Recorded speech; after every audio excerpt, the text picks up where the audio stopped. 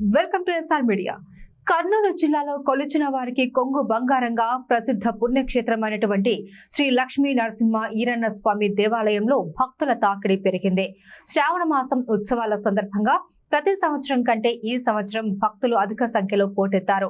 శ్రావణ మాసం 3వ సోమవారం అయినందున స్వామివారిని దర్శించుకోవడానికి ఏపీ, తెలంగాణ, కర్ణాటక, ఇతర రాష్ట్రాల నుంచి భక్తులు అధికంగా తరలివచ్చి స్వామివారిని దర్శించుకున్నారు. అలాగే స్వామివారికి భక్తులు నైవేద్యం వంటి వంటలు వండి పూజలు చేస్తారు.